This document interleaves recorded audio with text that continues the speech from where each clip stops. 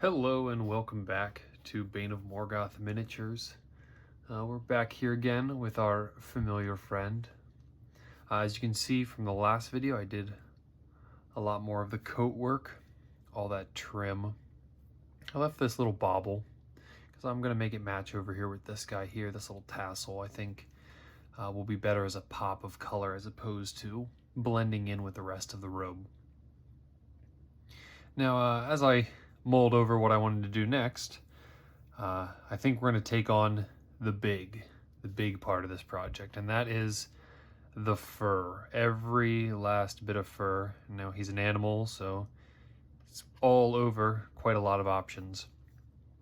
I do want to take an interesting kind of angle on this, though. I'm not going to paint every single underneath crevice and aspect of it. I want to leave some natural shadow throughout this.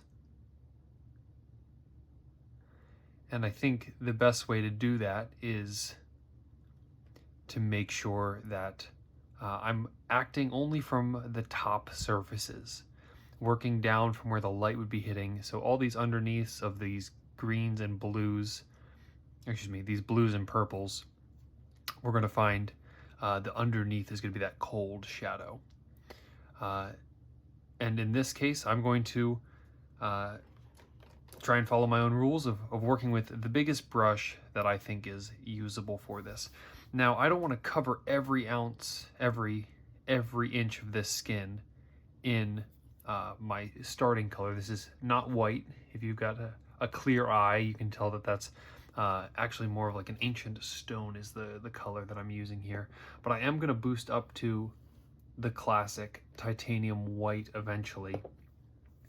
But working right from a very dark color up to titanium white is not going to jump very quickly. So what I'm going to do is I'm going to do a intermediary layer, a secondary layer beforehand. And this layer will not be completely opaque necessarily, but will get me kind of mapped out where I want different details and ideas. So without further ado, we're just going to kind of block in some of our color, and we don't want to get overly crazy with this. Let me get my water a little closer here. Seems like every video I start off, I think I have everything in order, and then I forget a paper towel or I don't have my water ready. Professionalism at its greatest here. But we're all kind of learning together, and that's one of the joys I've found of painting is it's not a competition. It's a collective journey that we're undertaking together.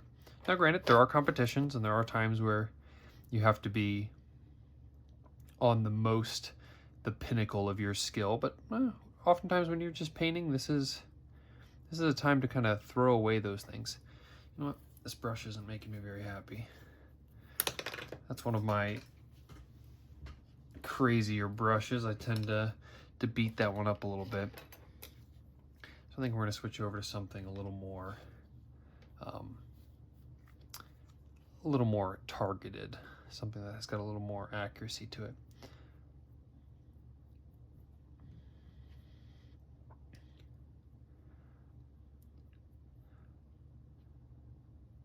Now this project, as opposed to, or this section of the project, as opposed to other ones that I've been doing, now there's probably going to be a bit more jumping around because the amount of layers I'm going to need to do to make sure that I get a nice opaque top layer is a bit tricky. If I try and harp on one area too much, I'm going to end up just lifting the half-dried paint, and that brings me to a incredibly important tip for painting. If you're starting out painting, one very big portion of this is don't fuss. Let your paint dry. And it seems like a simple idea, but as painters, a lot of times if something goes poorly, we want to go back over it and we want to work it again. We want to keep going over it and over and over it, and eventually we're just peeling up half-dried paint, and it leaves us with this really just kind of nasty surface to deal with, and it's not what we're going to want in the end. So I would implore you, as you're working, don't go over a surface you just worked. Give it some time to dry, give it some time to settle before you go back to it. As you can see, we don't have full opacity here, and that's fine, because we're going to hit it with another layer eventually, and if nothing else, we're going to hit it with that white when we're all said and done. So what I want to do is I want to keep working around that area,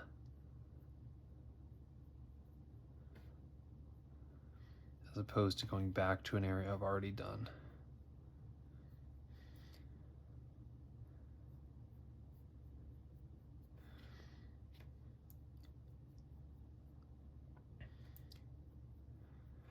Would be the day that I'm not feeling the best is the day I decide to tackle a huge portion of this project.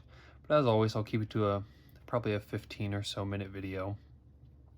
Just enough that you can kind of see the finished technique of a single area, as opposed to trying to do it all on video and having you watch the same technique over and over and over again for many hours or hour. While this is drying, I'm going to start working on other areas, but I'm going to come back to it. I'm still scared that this area is going to be just a little wet. And if I end up going back there and just adding more paint and then it just peels up, I'm just killing my productivity and my efficiency and adding frustration I don't need to add. So I'm just going to maybe come up to a more enjoyable part of the model as well. Just get up here into this cute little face and he's got. Now he's very Phantom of the Opera. The Phantom of the Opera is here, you know.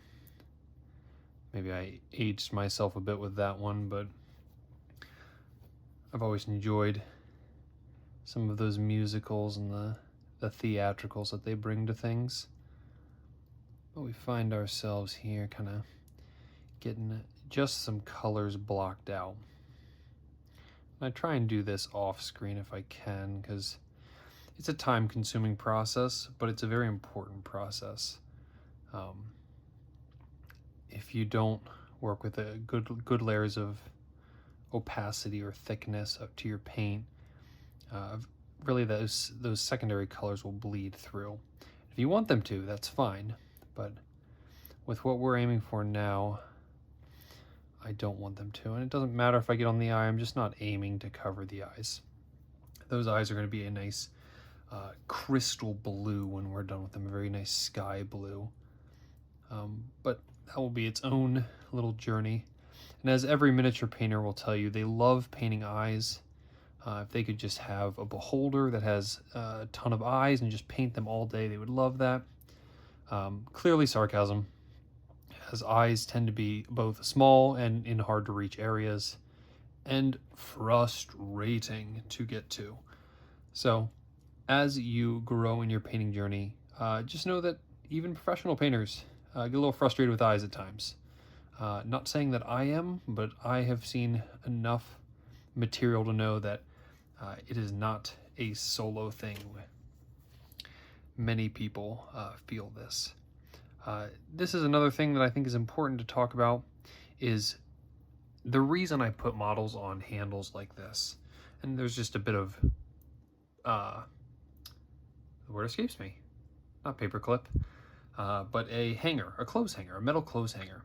Just drilled a hole into this broom handle, wooden broom handle, drilled a hole up into his foot, and now I have a very sturdy handle that I can work with. And it allows me to work from multiple different angles, as opposed to if I was trying to hold him and he was already glued to his base or something along those lines. It could be a real mess. But having this painting handle really gives me the option to be flexible and to move from different angles. And that's a big thing. You always want your painting hand to be comfortable. If I'm trying to paint like this with my wrist all bent up, and it's just not going to work. So if I can keep almost a pencil style grip, I mean, we've been writing with pencils for years and years and years. Why not translate that over to our brush skill? But if you're trying to get wild and write at weird angles, it's just like writing your name at a really weird angle or upside down. sure, you can do it, but how accurate are you? Is it really your signature by the time you're done, or have you kind of created your own more sloppy, maybe bizarro version of yourself? And that's what we want to avoid here, because once again, we're in the cleaner steps of this modeling process. Um, I say that as we look at a very not fully opaque version of this ancient stone. But as I said, going over those darker colors with lighter colors makes it quite a tricky transition. And my mind tells me that I want to go over all these portions again, but I need to let it sit. I need to make sure that it is dry, because I'm prone to going back to a section that I should not be going back to yet. I say that as I do it. See, maybe the reason that I'm doing this is to keep me accountable. And I think that might be the one of the best parts about this is keep me on this painting journey and keep me accountable.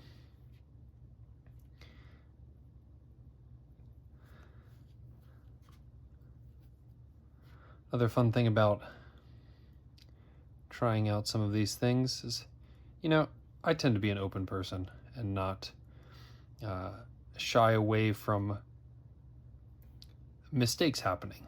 And when mistakes happen, kind of confronting them head on. I just looked at my phone, which is what I'm using to video this, and I realized my video is completely upside down right now.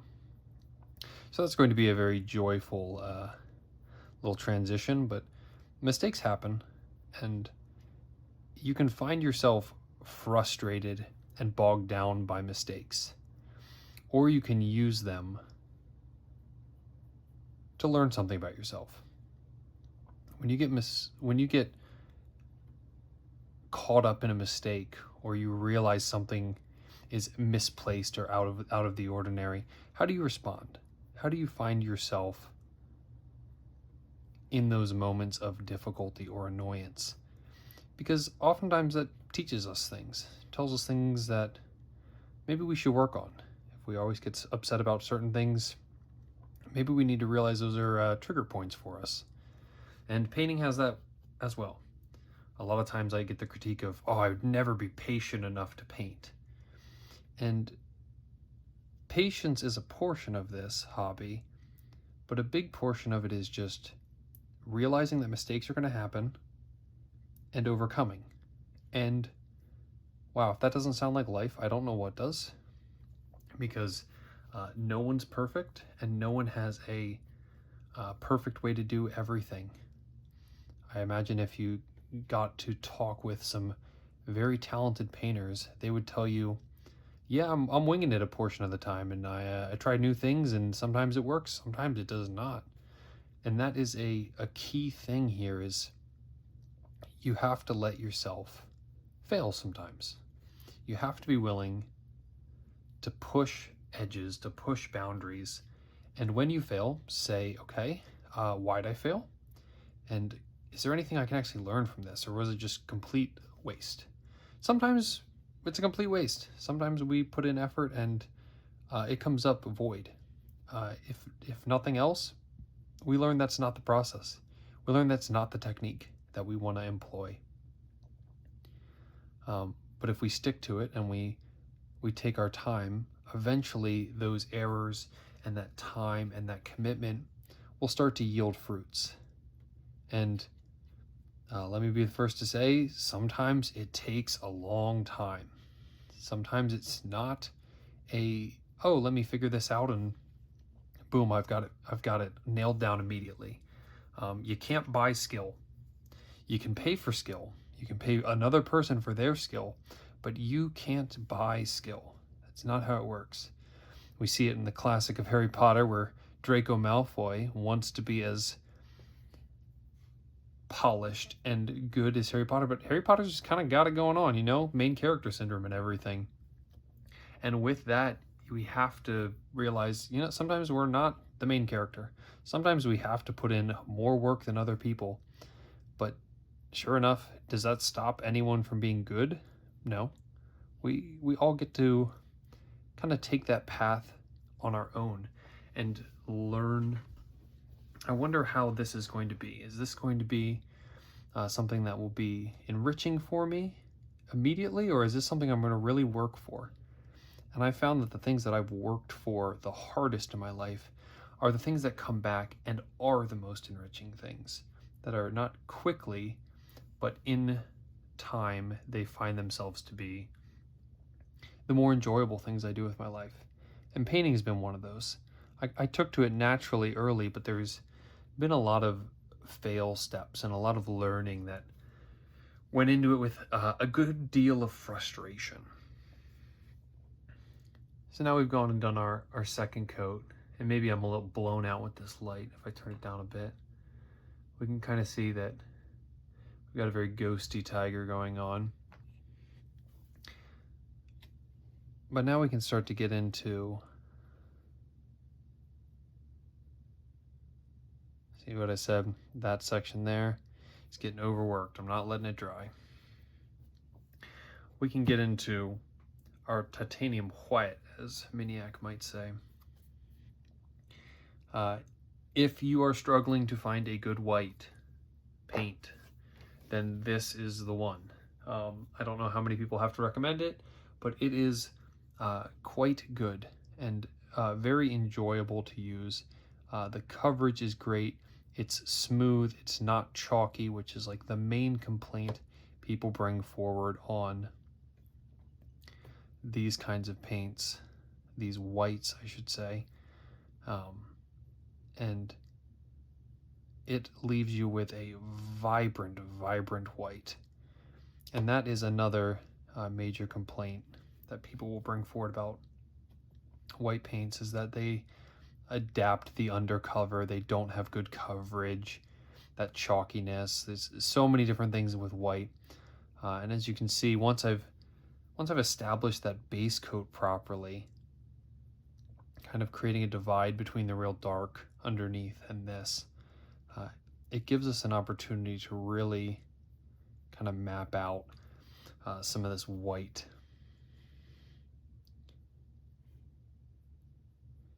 And I would probably be doing a bit of a different technique if I didn't know that there was going to be stripes over this. I can get away with kind of a base coating here of this white over this ancient stone coloration, because I know in the end we're going to get brighter here. I want to make sure that I really get that top of that thigh nice and bright, because that is a huge light catching source on this model.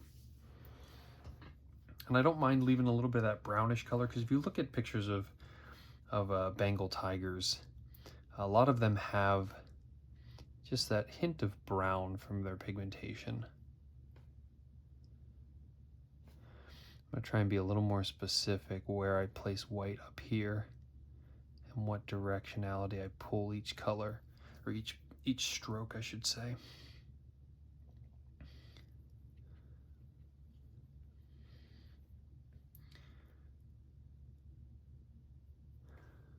I feel like I'm just way too blown out for you guys here. Let me drop it back a little bit, maybe get some different coloration in there.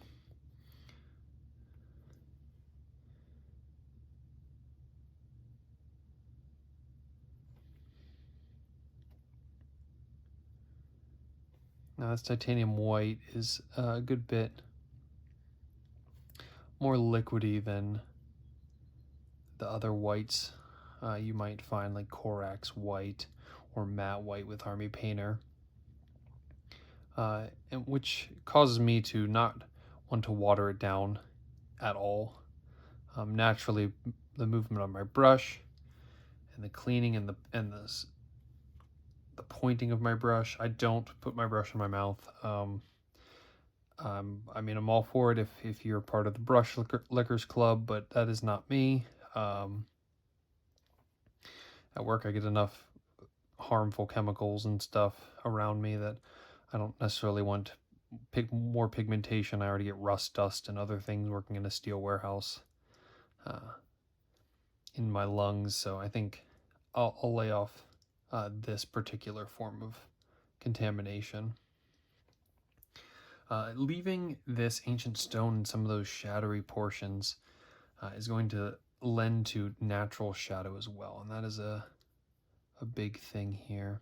So I'm not trying to get every ounce of him covered. Under his eyebrows, under his cheeks, all of these things, I want to make sure I leave just a little bit of fluff there. And when in doubt, if you see a part you missed, having that wet palette's really nice for going back and just touching up that area. Now, if you ever want something truly vibrant, if you base coat in white as opposed to the blues and the blacks that I base coated with and purples, that white will really make everything pop that much more. Another big portion of miniature painting that's important, you probably hear my computer booting up right now, is just making sure that you have source photos. You have something that will inspire you, something that you can maybe gather a different idea from. And oftentimes I think something's one way, and then a moment later I see a picture of it and go, oh, it really is not the way I'm anticipating it being. And especially when we're working from white, maybe I'm out of black here. Nope, there it is, to black. We want to make sure we do a good job of thinking just a touch beforehand on, I wonder where these lines are going to be, do a little bit of mapping out. I know that his nose is pink. Oftentimes Siberian tigers, white Bengal tigers, they find themselves to be more of a pink nose. And I don't want to block out his face with all these dark colors if I'm not careful. So I need to maybe establish some ideas of what I'm going to do with these colors. I think the first thing is I am going to black out the nose just to bring its shape back into my mind so I can work around that shape. And for the keen observer, you'll see that I switched off that black brush to this one. This is my needs to be a perfect point brush. And eventually this brush will become that brush, and that brush will be dirtied or thrown away or used for other less tidy and clear purposes. But keeping one brush that has a very fine, nice tip is going to be paramount to your ability to succeed. It looks like a lot of Bengal tigers, looking at reference photos over on my side screen here, have kind of almost a chevron that kind of goes up their forehead. So we're going to aim for that kind of little detail. Now, when working with fine line work, a big portion of this is making sure you're comfortable and you're working in such a way that your hand can move smoothly. If I was trying to draw a weird shape, pulling right back to myself is one of the strongest things. And another nice thing about this is a touch of asymmetry is fine because this is not a mechanical pattern. This is an animal. And if you've ever seen animals with spots or stripes or anything of the like, they do not have perfectly clear markings that are identical in every way. They often are kind of mixed and matched and a little different. So a few of these pictures I'm looking at have nice little triangles going on above their heads, so I'm going to give that a go.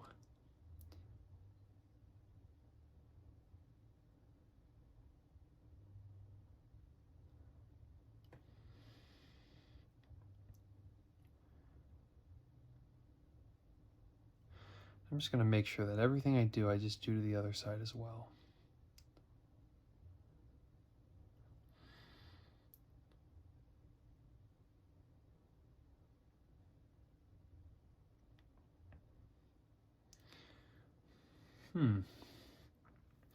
That is starting to turn out the way I want. And in the end, that's a big portion of it is, does it look how you want? Now, I'm not going to know the full effect of this until I do, you guessed it, the eyes and the nose. Those two factors are going to give away how good these markings feel.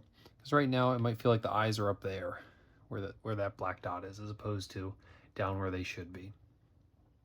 But we're going to trust the process here a little bit. Maybe get some longer stripes in here.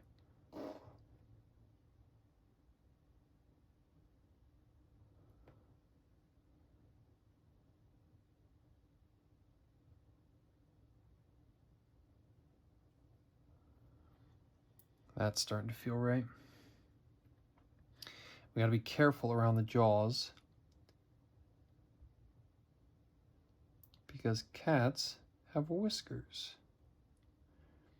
And I need to make sure that I don't cover up where those whisker dots are going to be.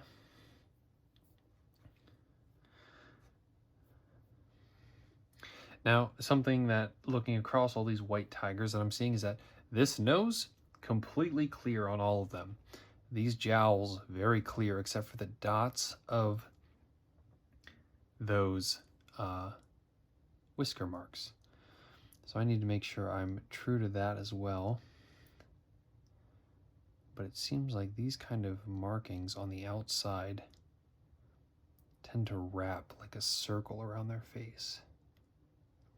And maybe someone knows why that is. Is it a predatory marking? Is it helpful for camouflage that it works in that way? You know, a good polished YouTuber would have done all this research instead of just talking out of their mind for a while here.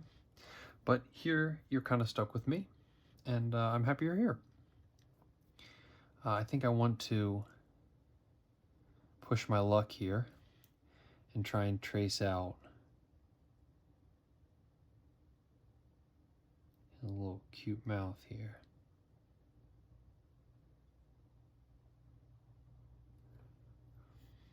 Okay. One side done, which means the other side is bound to get wild. And there we are. Now we can see those colors establishing.